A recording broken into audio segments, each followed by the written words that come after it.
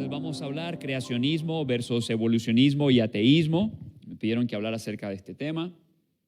Y bueno, es un tema que ciertamente para abarcarlo no basta, de hecho una hora no basta, pero vamos a tratar de ser concisos en algunas partes, hablar de lo que consideramos que es fundamental en cuanto a este tema. Lo que vamos a hablar hoy es una continuación, de hecho, de lo que veníamos diciendo la vez pasada, o sea, el hecho de que Dios creó, que básicamente eso es el creacionismo, es fundamental.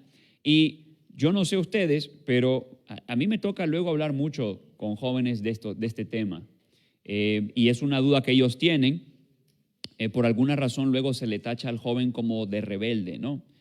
Pero mis amados hermanos, entiéndanme, estas son cosas de que allá afuera se las están metiendo en la mente y genuinamente quieren respuestas, quieren saber, ok, ¿por qué tiene sentido lo que yo creo? Es simplemente algo que me han impuesto desde que nací. Hay dudas honestas y debemos saber dar una respuesta adecuada. Evidentemente la respuesta está en la Escritura, pero también importa saber cuáles son las implicaciones de desviarnos o de rechazar lo que el relato bíblico enseña. Y esto es muy importante, vamos a hablar acerca de esto. No voy a detenerme tanto en el evolucionismo, me voy a ir más, voy a dedicarle un poquito más de tiempo al ateísmo, pero bueno, vamos a empezar. Y la Escritura dice de la siguiente manera, Génesis 1:1, ¿ok? Porque ahorita, perfecto, ahora ya no me veo tan chistoso, ¿no? Perfecto. Ahí está. Entonces vamos a irnos a Génesis 1:1 porque seguimos estudiando Génesis, ¿ok? Lo que pasa es de que se ha hecho un paréntesis en donde se están desarrollando ciertos temas que están involucrados con el libro de Génesis. Entonces dice Génesis 1:1, en el principio creó Dios los cielos y la tierra. Entonces el domingo pasado hablábamos de que cuando hablamos de creacionismo, aunque suene un poquito técnico el término, en realidad simplemente significa que Dios creó. Y hoy vamos a ver justamente cómo mi concepción de la creación va a afectar muchísimas áreas en mi vida. De hecho, hoy vamos a hablar de origen, significado, moralidad y destino. Son preguntas que todas las personas tienen. ¿De dónde vengo? ¿A dónde voy? ¿Qué propósito tengo yo? ¿Qué le da significado y sentido a mi vida? No existe ser humano sobre la faz de la tierra que no se haya hecho una pregunta de este tipo. Vamos a hablar incluso cómo si yo quito a Dios de la ecuación, en realidad cualquier marco moral que yo quiera establecer como absoluto se cae. Lo que yo quiera decir que cualquier cosa que yo quiera establecer como bueno o malo sin tener a Dios en consideración, simplemente es subjetivo. Y bueno, vamos a entrar un poquito en ello. Pero bueno, primero creacionismo, que es que Dios creó. La Biblia no empieza haciendo una defensa de, oye, mira, estos son los argumentos de por qué Dios existe. No, la Biblia empieza presuponiendo que Dios existe. Y de hecho, recordemos de que Pentateuco, que son los primeros 5 libros de la Biblia, es una obra entregada a una generación, la generación que va a entrar a la tierra prometida, y ellos tenían concepciones varias acerca de la creación. ¿Por qué? Porque ellos están saliendo de un contexto pagano, en donde tenemos a los dioses, de que básicamente los dioses son a veces representaciones de cosas como la tierra, el viento, el sol, el agua, y más bien lo que empieza siendo el autor de Pentateuco, el autor humano Moisés, el autor divino, el Espíritu Santo, es diciendo, olvídate de que hay muchos dioses, hay un solo Dios, y ese Dios creó. Todo lo demás es criatura, solamente Dios merece adoración por quien Él es. Entonces la Biblia empieza defendiendo de que Dios creó, ¿ok? Posteriormente, por distintas filosofías que han entrado en la sociedad, se ha vuelto necesario incluso hablar de argumentos en favor de la existencia de Dios. Les animo a que investiguen acerca de los argumentos de la existencia de Dios de Santo Tomás de Aquino, porque esos son los mejores, si bien tenemos grandes filósofos hoy en día, muchos de ellos en realidad echan mano de lo que Santo Tomás de Aquino hizo en cuanto a este tema. Pero eso ya es algo que ustedes pues tienen la oportunidad de estudiar. Y y uno dice, bueno, Santo Tomás de Aquino hay muchas cosas buenas en Santo Tomás de Aquino. Es más, cuando tú estudias filosofía, a fuerza tienes que pasar por Santo Tomás. Y lo que él hizo es, la verdad, para su tiempo revolucionario, al punto de que al día de hoy sigue afectando los argumentos en favor de la existencia de Dios que él desarrolló. Pero ahora vamos a hablar pasar a hablar acerca del evolucionismo. ¿Por qué? Porque el detalle está en que yo puedo creer en Dios, y el detalle está en de que aún así surge la pregunta, bueno, ¿cómo concilio el relato bíblico con la teoría de la evolución? ¿Se puede conciliar? ¿No se puede conciliar? ¿Está bien que como cristiano abrace el evolucionismo? ¿No está bien que abrace el evolucionismo?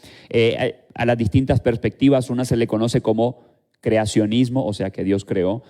Creacionismo de tierra joven, esto es la perspectiva básicamente de que la tierra fue creada en 6 días literales. El 7º día descansó, que el descanso tiene que ver con que Dios entró a morar en su creación. Eso lo hemos hablado en otras ocasiones. Y la otra perspectiva es el creacionismo de tierra vieja, que es que en realidad Dios utiliza la evolución como un medio para que entonces todo en la creación se vaya ordenando. Y más allá de pasar 1 hora, porque como les dije, 1 hora no basta para hablar de este tema, me voy a concentrar básicamente en un aspecto que considero que es el no negociable. ¿Okay? Igual en otra ocasión se da la oportunidad de que podamos hablar a más detalle de la perspectiva tierra vieja, tierra joven. Igual invitamos a Joe Owen, que en realidad él ya ha estado con nosotros en otras ocasiones hablando de este tema. Pero yo me quiero concentrar en algo que no es negociable. ¿Y por qué quiero hablar de algo que no es negociable en cuanto a las distintas perspectivas?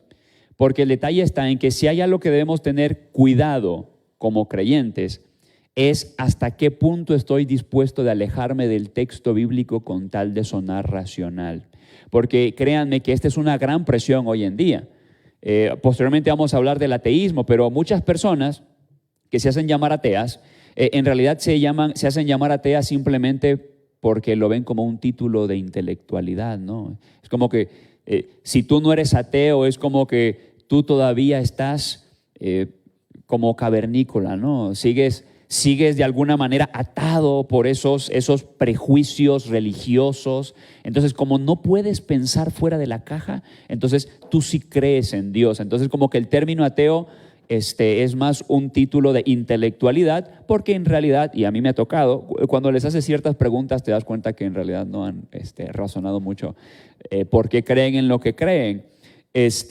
Pero el detalle está en que como que se le da un cierto título de intelectualidad a eso, y luego algunas personas que son muy inclinadas hacia la presión social de verte intelectual o no, entonces empiezan a abrazar ciertas cosas que no deberían estar dispuestas a negociar. Y no es que no deberían estar dispuestas a negociar simplemente por un dogmatismo, sino porque, primeramente, el texto bíblico es claro en ciertas cosas, y por otro lado, también porque la evidencia, creo yo, que es muy definitiva en ciertos aspectos. Entonces, voy a hablar de qué creo que es no negociable y que algunos incluso han rechazado esto, y tiene que ver con la historicidad de Adán y Eva. ¿Okay?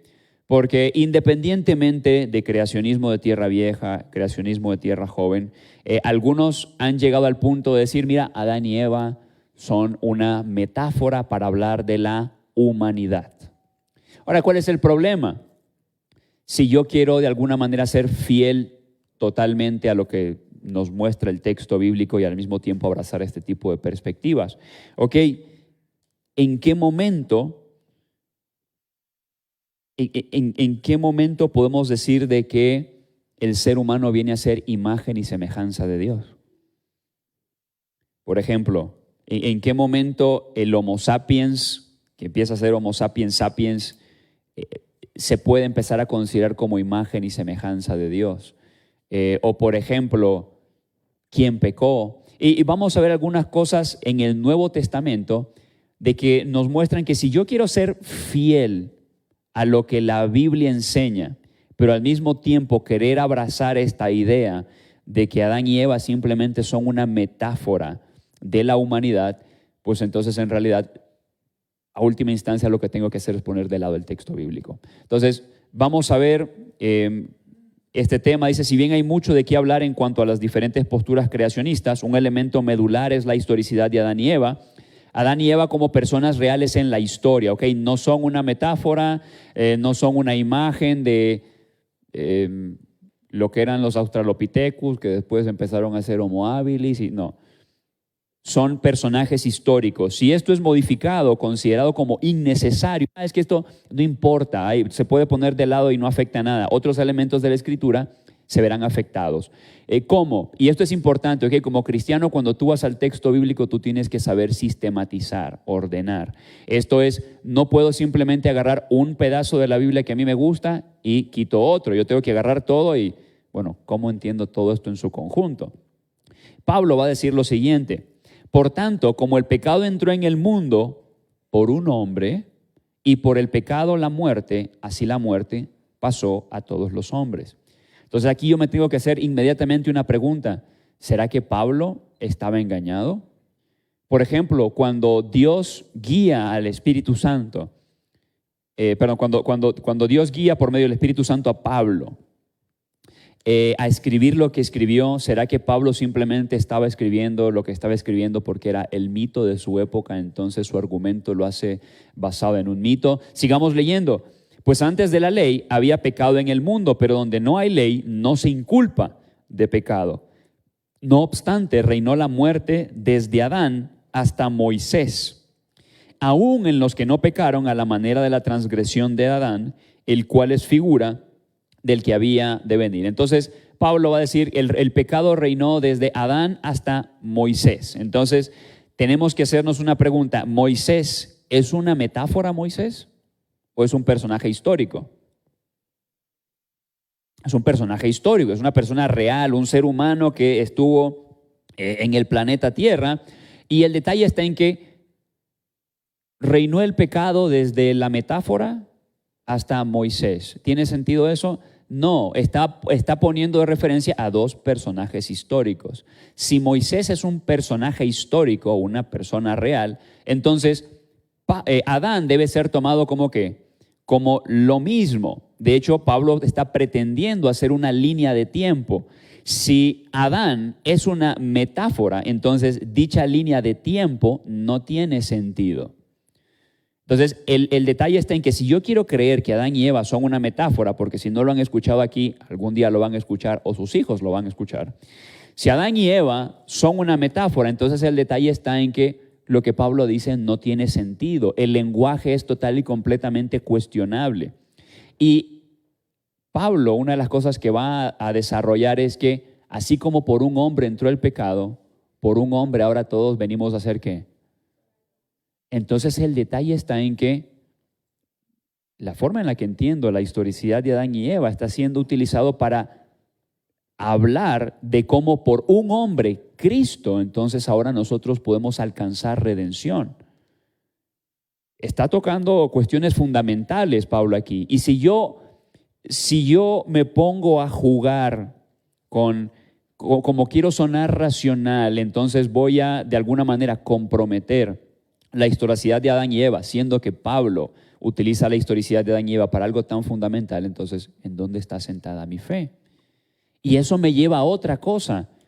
Bueno, entonces, ¿qué tiene más autoridad, la ciencia o la escritura? Y por eso entonces yo tengo que estar fundamentado en que la escritura es palabra de Dios, inspirada, inerrante, autoritativa, y que solamente porque sí, porque es dogma. No, hay razones. Y primeramente Dios, pronto va a salir un libro de Editorial Bautista Independiente que va a hablar justamente de eso, basado en el conversatorio que tuvimos hace no mucho acerca de la inerrancia de las Escrituras.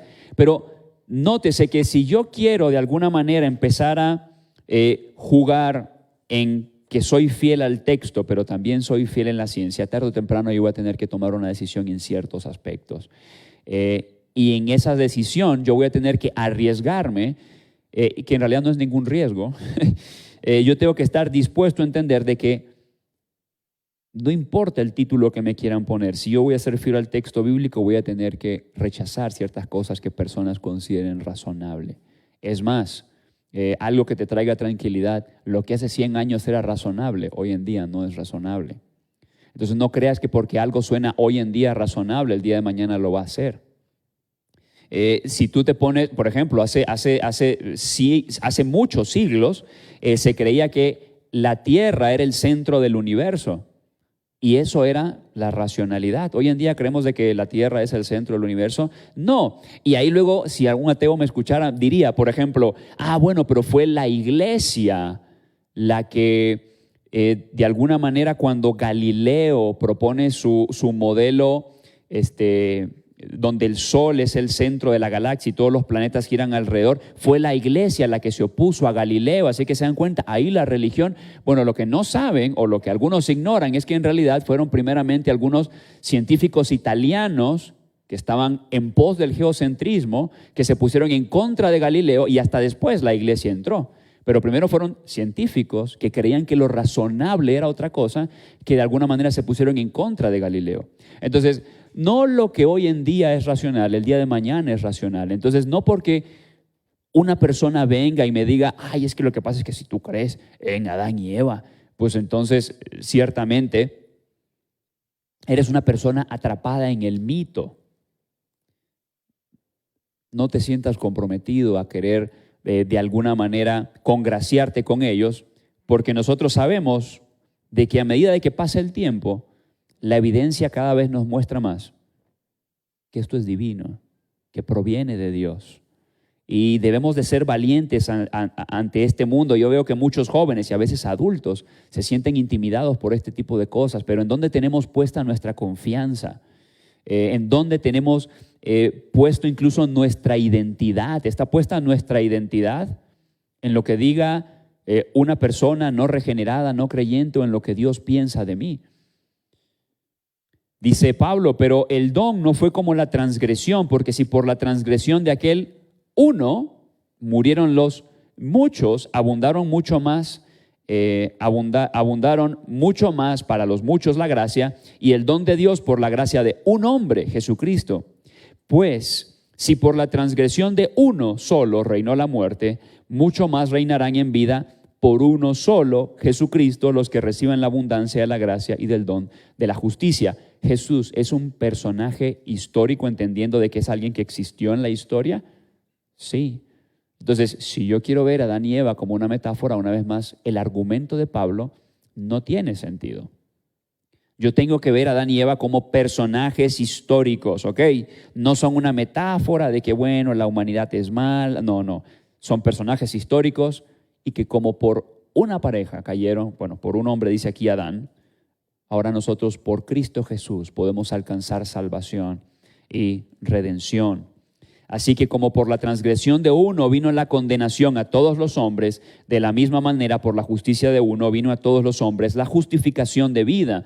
Porque así como por la desobediencia de un hombre los muchos fueron constituidos pecadores, así también por la obediencia de uno los muchos serán constituidos justos.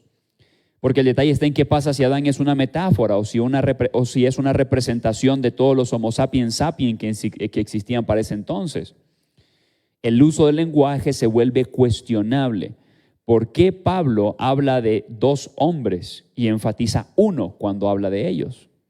¿Será que Pablo está tratando de explicarlo dentro de su desconocimiento, de su ignorancia? Si Adán no es un personaje histórico, el argumento de Pablo se vuelve confuso, no tiene sentido. Y yo tengo que tomar una decisión. ¿Creo lo que hasta el día de hoy se considera como racional o creo lo que la palabra de Dios inspirada me dice? Y tengo que tomar una decisión. Y como cristianos nuestra decisión debería ser, pues yo creo lo que Dios dice. Y a medida que avanza el tiempo, créanme, hermanos, hace no mucho tiempo se cuestionaban cosas como el Éxodo, ¿no? Es que el Éxodo es una historia fantasiosa y créanme, hallazgos arqueológicos cada vez evidencian más. El hecho de que hubo un Éxodo, el hecho de que alguna vez el pueblo de Israel estuvo en Egipto y salió. Muchísimas cosas que antes se cuestionaban, como por ejemplo de que si Poncio Pilato realmente existió. Muchos historiadores decían, Poncio Pilato nunca existió como gobernador de Judá, eso De hecho, fue a finales del siglo pasado que encontraron una piedra donde aparece él.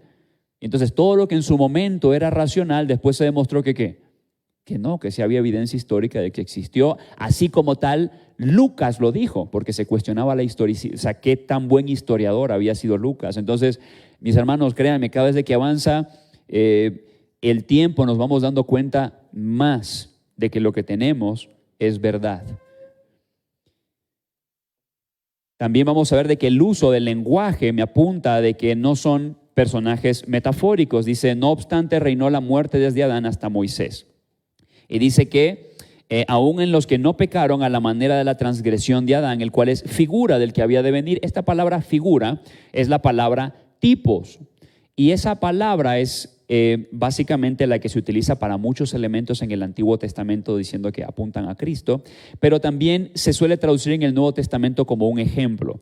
Ahora, vamos a ver el uso de la palabra, porque cuando yo quiero saber el significado de una palabra, yo tengo que ver cómo se suele utilizar, ¿ok? Entonces vamos a ver algunos ejemplos. Hechos capítulo 7, verso 44, dice, tuvieron nuestros padres el tabernáculo del testimonio en el desierto, como había ordenado Dios cuando dijo a Moisés que lo hiciesen conforme al modelo que había visto. Esa palabra modelo, que se traduce como modelo, es la misma palabra tipos.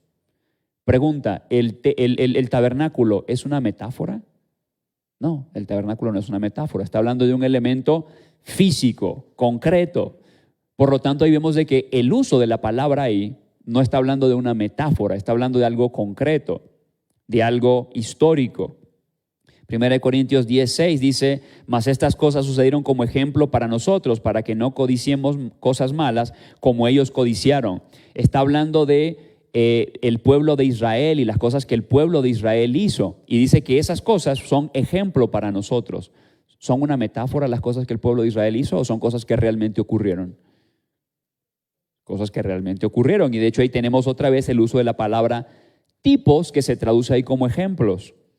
1 Corintios 10:11 sigue utilizando la misma palabra en el mismo sentido. Filipenses 3:17 dice, hermanos, sed imitadores de mí y mirad a los que así se conducen según el ejemplo que tenéis en nosotros. Está hablando de un ejemplo ficticio, un ejemplo real. Ahí sigue siendo la palabra tipos. Y así podemos ver en 1 Tesalonicenses 1:7, 2 Tesalonicenses 3:9. Y bueno, cada vez que veamos la palabra, nunca está hablando de que ese tipo es algo imaginario o una metáfora, sino que está hablando de algo concreto, real e histórico. Esto es solo para mencionar algunas cosas en las cuales se utiliza, porque podríamos mencionar muchas otras. Entonces, aún el uso de la palabra no justifica tal tipo de interpretación. Obviamente no hay que olvidar que las palabras pueden cambiar de sentido dependiendo del contexto, pero si se utiliza la palabra para referirse a un individuo metafórico, podríamos decir que es el único caso en el Nuevo Testamento. La conclusión es, no, el lenguaje defiende de que en realidad Pablo está hablando de un personaje histórico. Y si yo cuestiono eso, yo estoy cuestionando el sentido original de Pablo y también estoy poniendo en cuestionamiento cómo entiendo la inspiración y la inerrancia de las Escrituras. Entonces, eso es algo que yo no puedo negociar, pero ahora nos vamos a meter a otro tema, porque ¿cómo como cristiano tengo que estar dispuesto a rechazar ciertas cosas? Pero ahora vamos a hablar de la perspectiva atea. ¿Qué repercusiones tiene la perspectiva atea? Y ya Héctor les había advertido, así que ánimo. Aquí vamos a ir un poquito más a otros detalles. Mira lo que dice el Salmo 53, verso 1. Dice el necio en su corazón, no hay Dios. Se han corrompido e hicieron abominable maldad. No hay quien haga bien. La Escritura va a decir que el que no cree en Dios es un necio. Ahora, es interesante porque en realidad en la época no es de que existían muchos ateos cuando se escribe este salmo. En realidad muchas personas eran politeístas. Entonces, ¿en qué sentido está diciendo el autor, dice el necio en su corazón, no hay Dios? ¿Será que en el tiempo del salmista todos eran ateos? No, muchos eran, como ya les dije, politeístas, enoteístas, etc. Pero habla de personas que viven como si Dios no existiese. Y el ateo no solamente no cree que Dios no existe, sino que también vive como tal. Y esto tiene implicaciones serias en la sociedad. O sea, esto no tiene implicaciones serias solamente en la conducta de una persona o solamente en cómo piensa una persona, incluso en cómo nuestra sociedad funciona se va a ver afectado. Pero antes de entrar en ello, me gustaría recordar una frase de Charles Spurgeon que dice: el ateísmo es algo extraño, ni aun los demonios llegaron a ese punto. Permíteme ver lo que dice, veamos juntos lo que dice Marcos. Dice: y cuando salió él de la barca, enseguida vino a su encuentro de los sepulcros un hombre con un espíritu inmundo. ¿Qué es un espíritu inmundo? Un demonio, que tenía su morada en los sepulcros, y nadie podía atarle, ni aun con cadenas, porque muchas veces había sido atado con grillos y cadenas, mas las cadenas habían sido hechas pedazos por él y desmenuzados los grillos, y nadie le podía dominar. Y siempre de día y de noche andaba dando voces en los montes y en los sepulcros e hiriéndose con piedras. Cuando vio pues a Jesús de lejos, corrió y se arrodilló ante él. Es interesante porque los demonios, aquí vemos a un demonio que ve al Hijo del Hombre, al Creador, por quien todas las cosas fueron hechas y por quien todas las cosas son sustentadas. Que de hecho el argumento de Santo Tomás de Aquino va un poquito por ahí, pero ese es otro tema. Por quien todas las cosas son sustentadas. ¿Y qué hace? Se pone de rodillas y le dice, y clamando a gran voz dijo: ¿qué tenéis conmigo, Hijo del Dios Altísimo? ¿Qué hacen los demonios cuando ven a Jesús? Reconocerle. ¿Quién es el único ser sobre la faz de la tierra que con orgullo no quiere doblar sus rodillas ante el Dios verdadero? El hombre. Y dice el necio en su corazón: no hay Dios. Te conjuro por Dios que no me atormentes, porque sabe que Él tiene el poder para atormentarlo, para hacer juicio, a como lo va a hacer de manera última y definitiva. Y cuando Él venga, no va a haber rodilla que no se doble. Algunas rodillas se van a doblar para adorarle por la eternidad, y otras rodillas se van a doblar demasiado tarde, porque entonces solamente van a recibir juicio. Pero interesante lo que dice Spurgeon: ni aun los demonios cayeron en este tipo de pecado. Y es que ciertamente cuando nosotros vemos la creación, no podemos llegar a la conclusión de que todo esto sale de la nada. De hecho, ahorita vamos a mostrar una frase de Stephen Hawking más adelante, y vamos a darnos cuenta, y alguien podría decir: ¿qué viene este chamaco a hablar de Stephen Hawking? Si Stephen Hawking es un genio. Pero como diría Einstein, el científico es un pobre filósofo. Y ahora vamos a ver justamente por qué más adelante vamos a ver por qué lo que Stephen Hawking dice, pues tiene un serio error filosófico. Y no solamente lo digo yo, lo dice más grande John Lennox, personas como William Lane Craig, etcétera. Cómo en su intento de negar a Dios terminan diciendo absurdos lógicos. O sea, nunca se ha visto algo que surja de la nada, ¿ok? Y bueno, vamos a llegar a ello, pero primero quiero que pensemos en cuáles son las presuposiciones de una persona atea, ¿ok? ¿Cuál es la perspectiva de una persona atea? Y una persona atea, primeramente, es materialista. Y otra vez estos términos medio raros, no se preocupen, es algo muy sencillo. El materialismo propone lo siguiente: lo material, lo físico es lo único que existe. Propone que lo que existe no tiene necesariamente un creador, sino que ha de entenderse solo por lo observable. El cosmos surge de la nada y se desarrolla por el azar. Como diría Carl Sagan, dice: el cosmos es todo lo que es, o lo que fue, o lo que será alguna vez. Entonces, lo material, lo observable, en realidad es lo único que existe. No existe nada más allá acerca de lo material. Que el detalle está en que ahí surge una pregunta: ¿y la información es material o es inmaterial? Mis sentidos asumen que hay información, pero la información es algo material. Por ejemplo, el lenguaje. ¿Puedo explicar el lenguaje a raíz de lo material o el lenguaje es algo intangible? Entonces, hay cosas que por medio de lo material yo no puedo explicar. Que el mundo material no me explica cómo existe la información. De la misma manera que yo mire la carcasa de una computadora, eso no me puede explicar en sí un software. Para que se desarrolle un software tiene que haber una mente detrás que proporcione el lenguaje e instrucciones, pero ese lenguaje que No se crea, primeramente no se crea por sí solo, y en sí lo material por sí solo no da lugar a este lenguaje o software. Un problema evidente en el materialismo es que el materialismo no puede explicar la existencia de cosas como el lenguaje o las leyes de la naturaleza. Hay gente que cree que todo lo que en la existencia se puede explicar por medio de la ciencia. Muchos creen que realmente es inteligente realizar una declaración de este tipo, pero como dice Sir Peter Medawar, él dice, sin embargo, la existencia de un límite para la ciencia queda claro por su incapacidad para responder las preguntas más elementales de un niño. ¿Qué tiene que ver con lo primero y lo último? Preguntas como, ¿cómo empezó todo?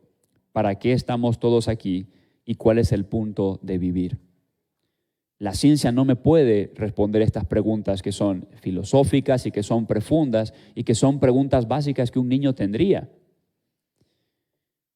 Y por eso vamos a hablar ahora acerca de origen, significado, moral y destino. Y vamos a hablar cómo solamente desde una perspectiva creacionista y bíblica, más que simplemente creacionista, es que las cosas, o más bien estas preguntas se pueden responder. Por ejemplo, el origen, ¿de dónde vengo? Y miren, lo decíamos la vez pasada, si mi origen está en Dios, si Dios creó todas las cosas, entonces las otras preguntas se responden sencillamente. ¿Qué es lo que le da valor a las cosas? Dios le da valor a las cosas. ¿Qué le da significado o valor al ser humano? Dios le da valor y significado al ser humano. El hombre es imagen y semejanza de Dios y por tal razón tiene valor. Y mi destino también está determinado por Dios. Pero si yo quiero entender o tratar de responder estas preguntas desde una perspectiva meramente atea, tarde o temprano voy a tener problemas para responder estas preguntas. Por ejemplo, ¿cuál es el origen del universo? La nada creó algo. Mira lo que dice Stephen Hawking. Dado que existe una ley como la gravedad, el universo pudo crearse a sí mismo de la nada, como así ocurrió. La creación espontánea es la razón de que exista algo en vez de la nada, de que el universo exista, de que nosotros existimos. Y uno dice, ¿se dan cuenta? Él lo descubrió. El universo se creó de la nada porque existe una ley como la gravedad. Yo creo que luego se puede ver cuál es el problema de lo que él está diciendo. Este argumento presupone la existencia de la gravedad. Estaríamos diciendo que existe o existen leyes de cosas que no existen. ¿Sí se ve? Es más, por ejemplo, si yo quiero decir, porque hoy en día se habla mucho de que la gravedad es la curvatura del espacio, pero ¿cómo puede haber curvatura del espacio si todavía no ha venido a la existencia el espacio y tiempo? O sea, ¿se dan cuenta que es simplemente un absurdo lógico? Y ese es el detalle, no puedo realmente explicar por qué surge el universo. No puedo dar razón de ello. Y de alguna manera tengo que luchar con la idea de, que todo surgió de la nada. Y aunque hubiese o existiese, y lo más difícil de explicar son las leyes del universo. ¿Qué o quién le dice al universo cómo debe funcionar? ¿Puede la materia inerte, sin que haya una mente detrás, decir cómo deben funcionar las cosas?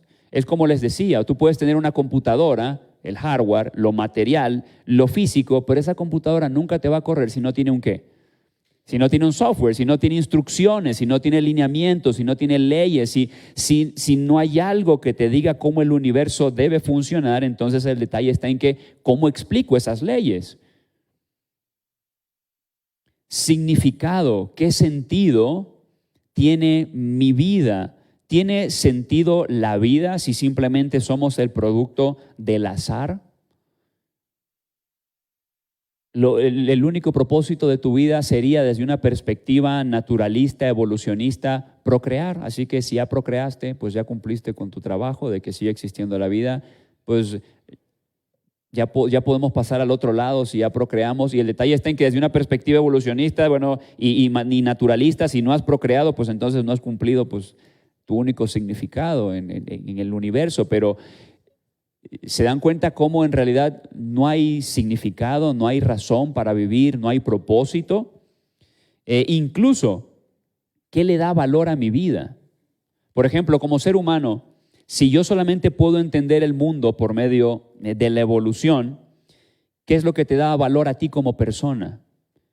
Por ejemplo, una mosca es un animal y desde una perspectiva naturalista, tú y yo somos ¿qué? Somos animales. ¿Qué determina que una mosca vale menos que tú? Claro, y el detalle está en, bueno, pues esas son simplemente discusiones de términos y definiciones y filosofía. Oye, ese tipo de cosas es lo que determina cómo funciona tu sociedad. Por ejemplo, ¿qué es lo que determina cómo establecemos las leyes? Por ejemplo, si una mosca es un animal y tú eres un animal, el detalle está en, recordemos de que cuando se comete un delito, la infracción o la repercusión debe ser proporcional ¿a qué? Al daño. Por eso tenemos distintos niveles de castigo en las legislaciones, ¿no? No es lo mismo un homicidio por accidente que un asesinato premeditado o que mates a más de una persona. ¿Por qué? Porque la repercusión debe ser proporcional al delito. Pero si una mosca y una persona son un animal, entonces ¿deberíamos meter a la cárcel a una persona que mata a una mosca? ¿Sí me explico? Si tenemos el mismo valor. Pero ahí alguien podría decir lo siguiente, bueno, el ser humano tiene más valor porque el ser humano es más evolucionado. Bueno, entonces la evolución es lo que determina el valor de algo, si está más o menos evolucionado. Entonces, ¿sabes cuál es el problema? Que entonces es comprensible lo que muchas personas hicieron en la historia. ¿No decía Hitler que había una raza más evolucionada? Entonces, en realidad, si lo más evolucionado tiene más valor, si de repente tienes una persona que se autopercibe como más evolucionada, pues hablando de esto de la autopercepción, entonces digamos de que hasta cierto punto es justificable su cosmovisión de poder ejercer violencia sobre aquellos que están menos evolucionados según su perspectiva. Si el ser humano no tiene un valor intrínseco por ser imagen y semejanza de Dios, nos metemos en ese tipo de problemas. Y son cosas que cuando jóvenes lo escuchan en la universidad no piensan y no consideran de que en realidad este cambio de perspectiva simplemente por querer sonar racional afecta a otras cosas. Si no, no tienes una base para entonces determinar cómo funciona la ley y la justicia. La moral, ¿cómo puedo diferenciar entre el bien y el mal? Por ejemplo, el naturalismo, que deriva del mismo materialismo, dice, según esta perspectiva, nuestra base para entender todas las cosas es la naturaleza, ¿no? Entonces, el comportamiento del reino animal debe ser un estándar para el comportamiento humano, ya que entonces todos somos simplemente, ¿qué? Animales. Y ya ahorita mencionamos un poquito de ello, pero hagámonos otras preguntas.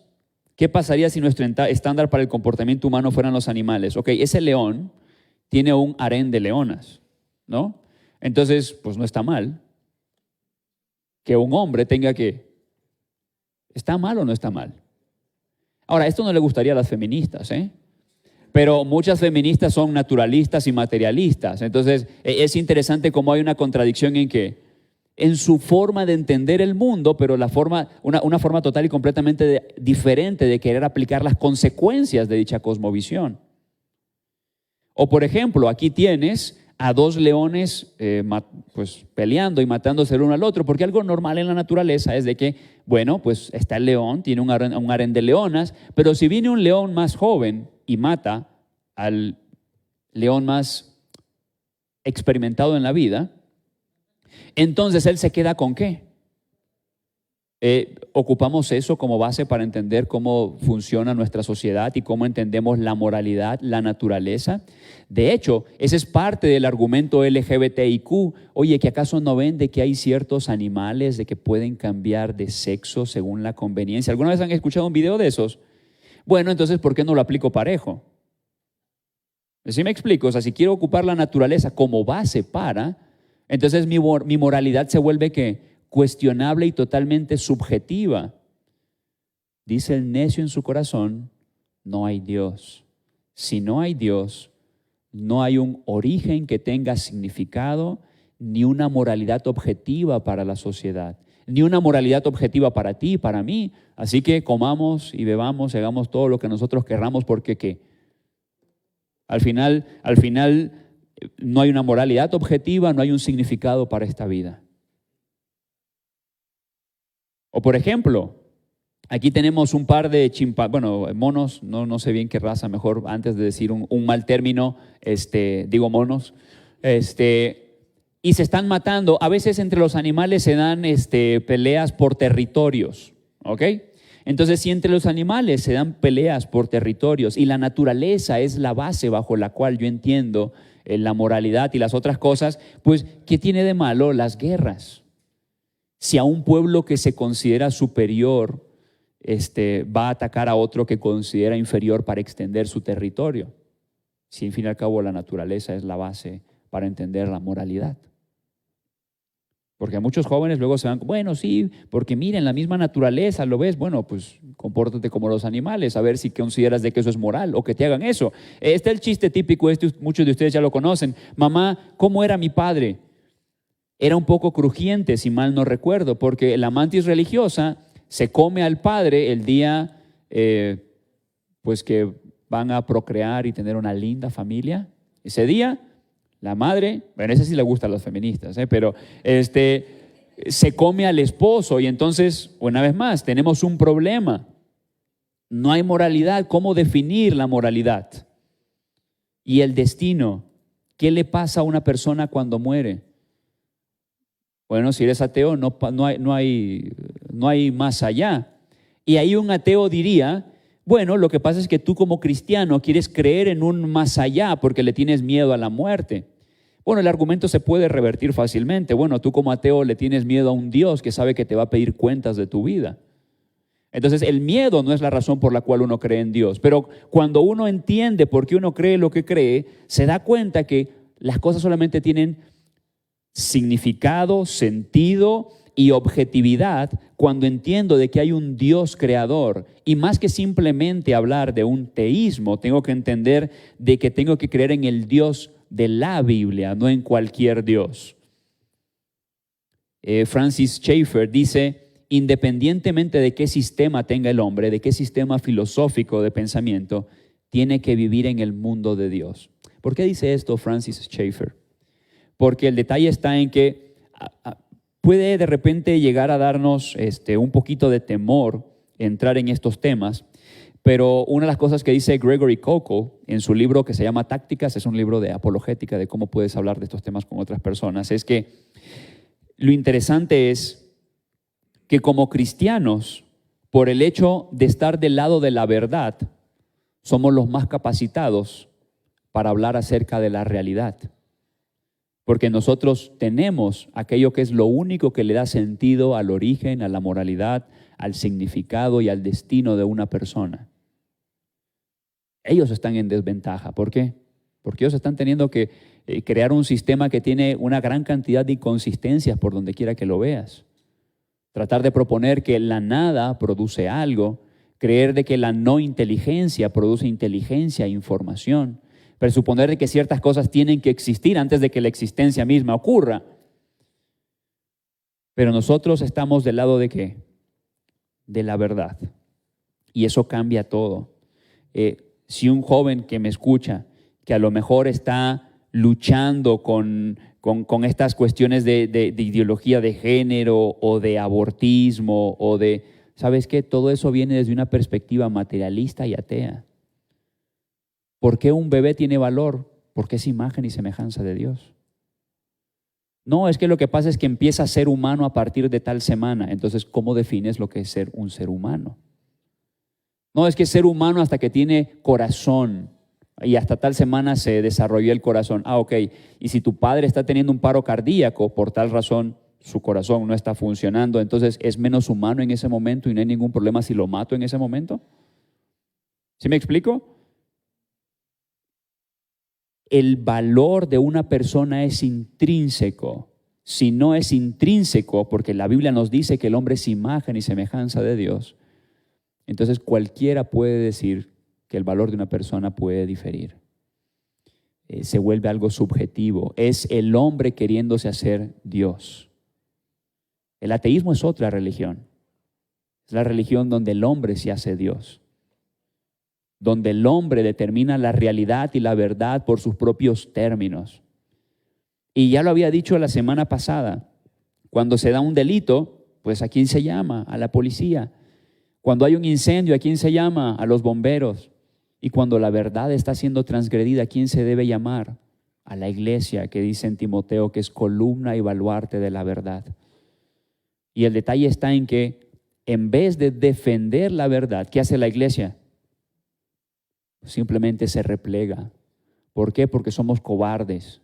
Porque queremos queremos la apreciación de la gente que nos diga, sí, ustedes son racionales. Cuando entonces queremos negociar la verdad por lo que el mundo llama racional, lo único que se evidencia es que somos unos idólatras de corazón, que no tenemos la identidad en donde la deberíamos tener y que realmente decimos que amamos a un Dios al cual no conocemos. Es como un hombre que le dice, yo amo a mi mujer, ¿y cómo se llama? ¿Quién sabe? ¿Tiene sentido eso? ¿Puedes amar a alguien a quien no conoces? Entonces somos llamados ¿a qué? A conocer a nuestro Dios. ¿Y estamos del lado de qué? Tenemos una gran ventaja, porque tenemos lo único que puede explicar la realidad, con sentido, con coherencia. Y recapitulando lo que hemos dicho, porque Dios existe y creó, como creyentes estamos en la mejor posición de explicar la realidad. Cualquier otra perspectiva desarraiga de propósito al ser humano para vivir. Cualquier otra perspectiva hace de la moralidad algo subjetivo. Cualquier otra perspectiva hace del origen algo que nunca se puede responder, porque no puede venir algo de la nada. Y tu destino y mi destino es un destino miserable si yo quito a Dios de la ecuación. Debo tener cuidado cuando soy tentado a rechazar la Biblia por un supuesto racionalismo. Y créanme, es interesante cómo muchas personas, con los alumnos en Palabra de Vida estamos estudiando historia de la iglesia, historia de las doctrinas, perdón, y estamos viendo cómo en muchas épocas de la historia, esto no es algo que ocurre hoy, hermanos, esto ocurrió desde el siglo I. Desde el siglo I la iglesia se vio tentada ¿a qué? A abrazar cosas que sonaban racional desde ese momento. Y la iglesia en los primeros siglos, una de las cosas que hizo fue intentar abrazar, por ejemplo, el neoplatonismo. Y eso fue lo que luego provocó ciertos debates doctrinales, porque al abrazar esas doctrinas estaban comprometiendo la Escritura. Que de hecho en el conversatorio vamos a hablar acerca de eso. Debo recordar que nunca nadie se ha convertido también por un argumento lógico. Y mis hermanos, estamos hablando de esto, pero no significa que en realidad el mundo se va a resolver porque yo le vaya a decir a una persona, no, tu cosmovisión y tu filosofía está errada. En realidad una persona se convierte por la predicación del Evangelio, por escuchar la palabra de Dios y por la obra del Espíritu Santo. Nosotros debemos compartir el Evangelio. Entonces, hermano, ¿qué pasó haciendo estos 40 y tantos minutos hablando de esto si lo que necesita la gente es compartir el Evangelio? Aunque el mundo necesite el Evangelio, el poder dar razón de lo que creo es una cuestión de testimonio.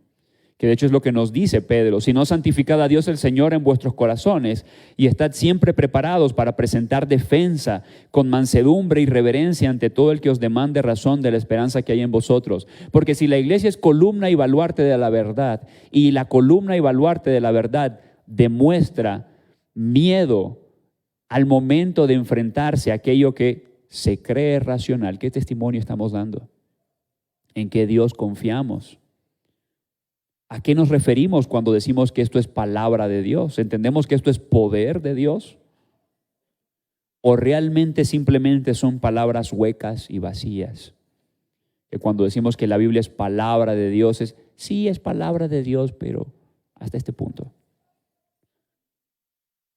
No podemos ser una iglesia temerosa y miedosa. Somos llamados a ser sal de la tierra, luz del mundo, y no lo vamos a hacer si empezamos a ceder ante la presión de este mundo. Somos columna y baluarte de la verdad. Acompáñenme a orar, mis amados hermanos.